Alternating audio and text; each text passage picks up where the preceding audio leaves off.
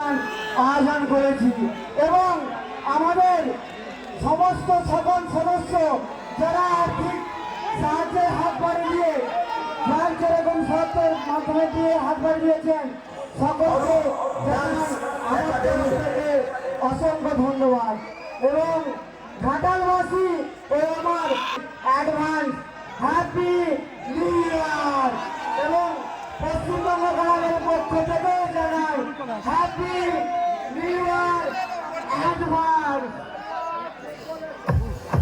সবাই নিজেদের মতন এনজয় করুন, সবাই একটু নিজেদের মনে অনুষ্ঠানটিকে পরিচালনা করুন।